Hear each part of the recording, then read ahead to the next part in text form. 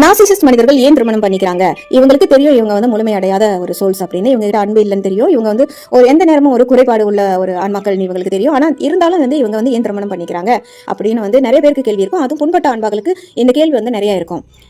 இதுக்கு main reason நீங்க பாத்தீங்கன்னா, அந்த திருமணம் அப்படின்ற ஒரு வார்த்தையை வந்து கம்யூனிட்டி எப்படி பாக்குது அப்படின்னு நீங்க வந்து தெரிஞ்சுக்கணும்.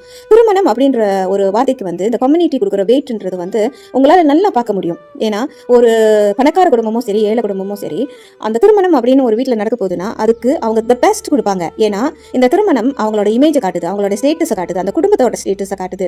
ஸோ இந்த திருமணம் பண்ணும்போது அவங்க கடன் உடனே வாங்குவாங்க, போய் சொல்லுவாங்க, இல்லை தனக்கிட்ட இருக்கிறத விட பல மடங்கு கூட வந்து ஸ்பெண்ட் பண்ணி திருமணம் பண்ணுவாங்க.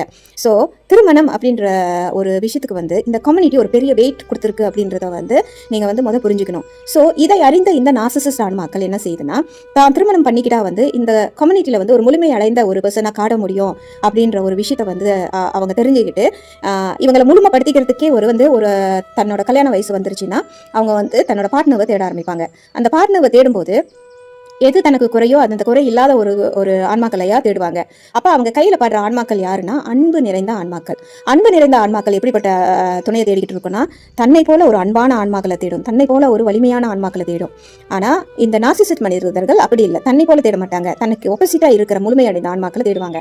ஸோ ஒரு முழுமை அடைந்த ஆன்மாக்கள் ஒரு முழுமை அடையாத ஆன்மாக்களுக்கு போவாதுன்றது தெரிஞ்சனால அவங்க வந்து மிரரிங் அப்படின்ற ஒரு விஷயத்தை செஞ்சு இந்த முழுமை அடைந்த ஆன்மாக்கள் எப்படி இருக்கோ அதை போலயே வந்து ஒரு பெரிய ஒரு ட்ராமா பண்ணுவாங்க. அதாவது ஒரு நாடகம் செய்து அந்த ஆன்மாக்களுக்கு, அந்த அன்பு கொண்ட ஆன்மாக்களுக்கு என்ன தேவைப்படுதோ அதெல்லாம் இவங்க கிட்ட இருக்கிற போல ஒரு விஷயத்த வந்து நாடகமா ஆடி அந்த ஆன்மாக்களை தன்னோட வலையில சிக்க வைப்பாங்க.